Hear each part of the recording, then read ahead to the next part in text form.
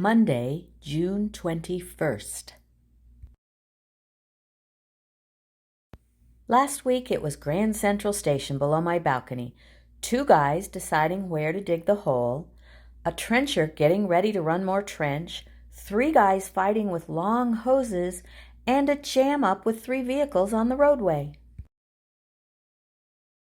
New things are being delivered to the South Solarium. Watch the guy with the coil. It seems heavy, but he perseveres and picks it up, even though I'll bet it almost weighs as much as he does. This delivery was styrofoam wrapped in maybe waterproof blue. I didn't get to ask anybody where this went. Another day, a pallet of boxes that looked like they could be towel bars or safety bars for the shower was delivered. That night, storm kicked up heavy winds, and I was awoken by the sound of boxes crashing into the building and all over the courtyard. 2 guys carrying a big pipe by door 3. Along the street side, 2 guys in bright view landscaping vests were digging a hole. I asked if they were working on landscaping, and they said no, a resident buried gold here. Little Cat continues to fill the back of the retaining wall. I sure hope he's careful. That's a long way down to the roadway. One night about 7 p.m., I heard voices below my balcony and looked out to see 2 surveyors in the courtyard.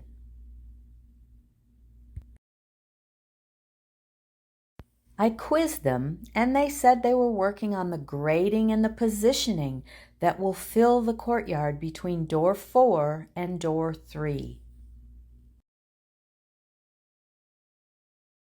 Waiting for a therapy session, I put my camera on the window to healthcare. They're digging up the concrete to reposition utilities. Work on the roadway continues on the south side. Little by little, they're getting it ready for the asphalt. Brightview landscaping guys are back, and it seems like they're getting ready to reposition a fire hydrant.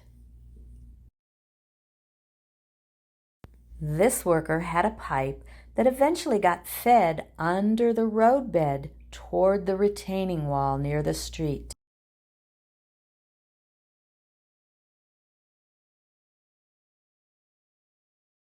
At 8:30 one night, this guy looked a little surprised that I was there.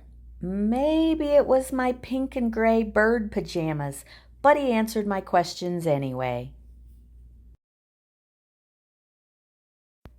Fire hydrant near door 3 had to be moved back about 6 feet, or it would have been smack in the middle of the asphalt driveway.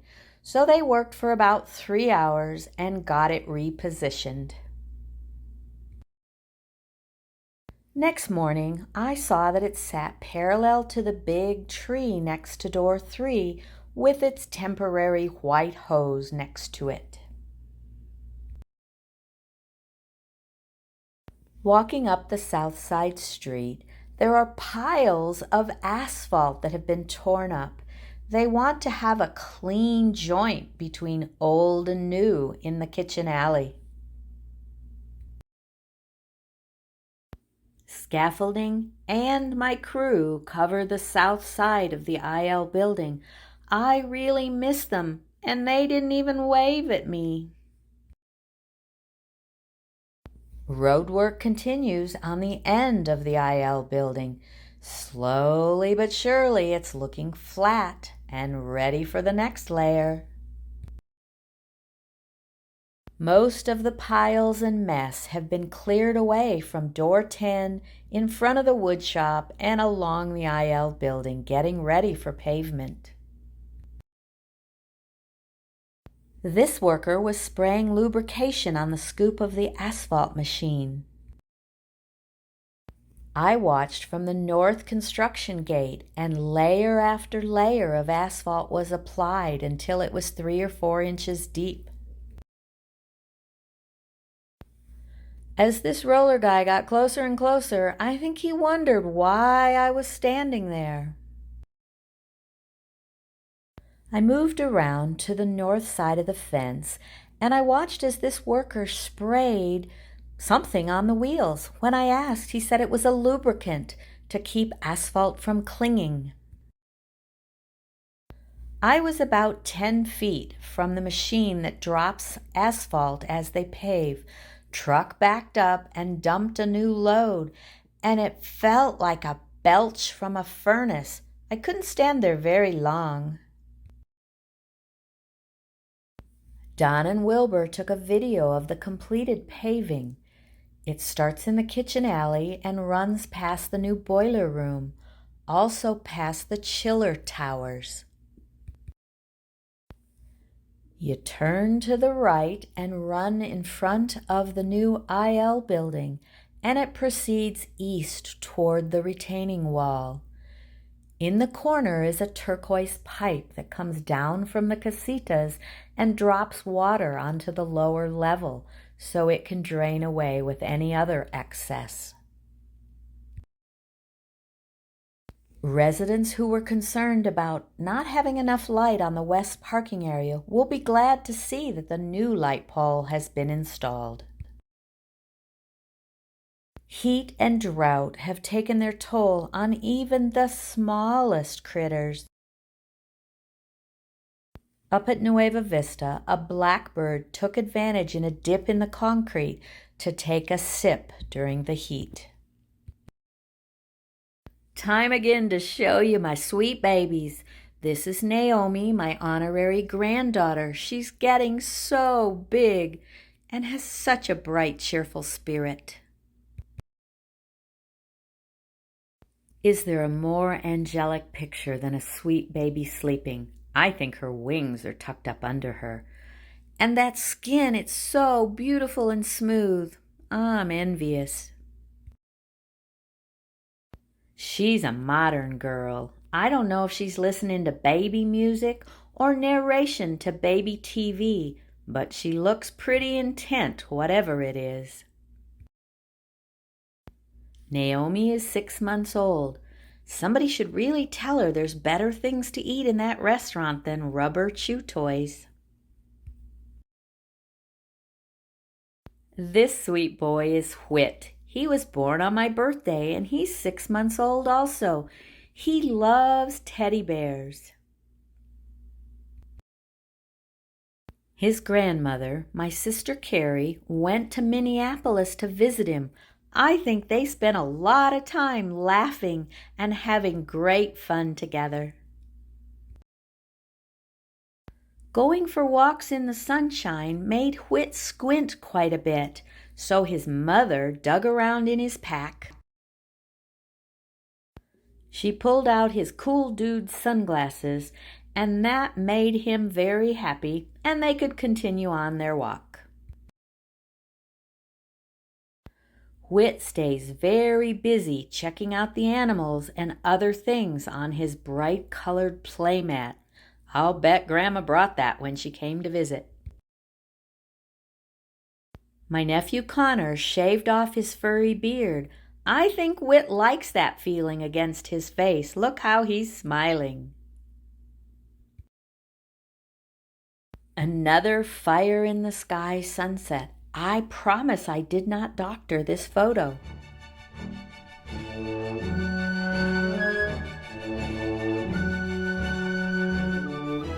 Hello from Independent Living.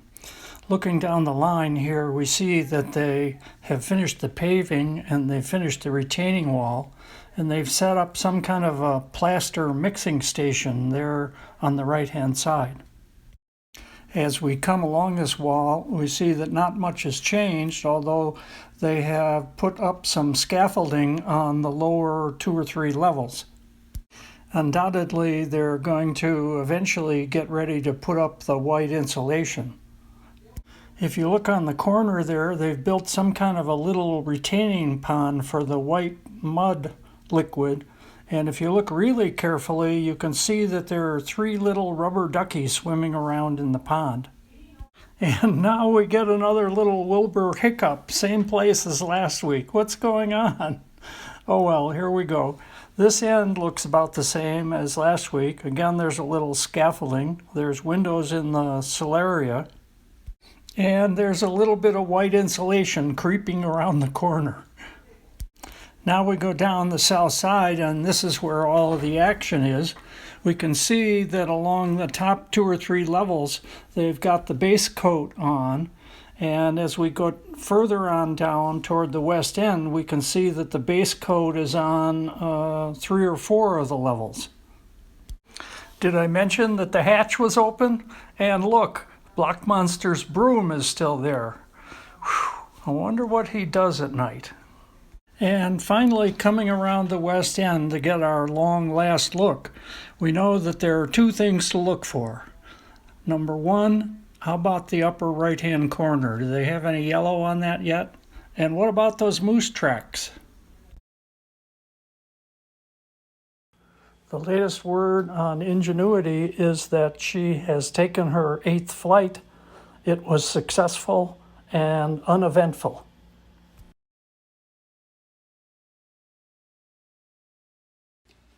This week, again, we think about spin in baseball. Before we get into the details of curveballs and slurve balls and screwballs and spitballs, we should understand the human reaction time characteristics of a Major League Baseball batter. It's hard. It's very hard. It's worth $30 million a year. Why? Well, first, a good fastball travels at 95 to 100 miles per hour. So it travels the 60 foot 6 inches from the pitcher to the catcher in about 0.4 seconds or 400 milliseconds. Yes, less than half a second. It physically takes about 175 milliseconds to swing. It takes about 100 milliseconds delay for the brain to first see the ball. So that means the batter has about 125 milliseconds to decide, is it a fastball or curveball, high or low, inside or outside, fast or slow. That's literally a blink of your eye. Go ahead, blink your eye. That's about 125 milliseconds, 1/8 of a second. It's hard. In terms of margin for error, the bat must contact the ball within 1/8 of an inch to hit the sweet spot. The timing of the swing must be correct within 7 milliseconds. Yale physicist Robert Adair, a well-known expert on baseball, once called it clearly impossible. Anyway, so everything in pitching is oriented toward tricking the batter for less than 1/8 of a second and then having movement on the ball of more than 1/8 of an inch. It's hard. So most pitches in baseball, nearly 90%, are either some type of fastball or some type of curveball. That is, fast or slow, backspin or topspin. Other than location, that is control, there are 2 main factors for success. One is to get a lot of spin on the ball, so there's a lot of movement or curve. The other is to disguise the different throws so they look identical for the first 125 milliseconds and then break in some different way. Another avenue to success is to do something different, unexpected. Surprise in the batter takes greater than 125 milliseconds. Thus the birth of all the variations, that is, change-ups, knuckleballs, spitballs, and so forth. Next week, we'll talk about a few of these oddballs. For now, back to assisted living. So here we are at assisted living, and we can see that what they've been working on is curbs and paving for parking and the roadway, and somewhat on the drainage. There doesn't seem to be any change on the building itself. They're working on the sidewalk down at this end. There are piles of dirt and piles of stone and so forth in various places, and lots of graders and dozers around. The lobby looks about as usual, with the usual collection each week of new stuff out front. We're going to wander our way slowly back over to the back side, which is the north side, of course. There's nothing new over here, but that gives us a chance to talk about something new this week. Let's think about the shade. This week is the week of the summer solstice, but notice that the sun still doesn't shine on the north side of assisted living. So my question for all of you to think about is, how far do I have to go in order to have the sun shine on the north side of my building? I'll give you a helpful hint. It's about 2,400 miles from Albuquerque to the equator, and you don't have to go that far. There don't seem to be many changes to the building here. They seem to be cleaning up on the ground and maybe pushing around some dirt a little bit. And down at the west end, as usual, we still see some yellow and realize they have some more work to do down here. No windows completely covering the solaria yet.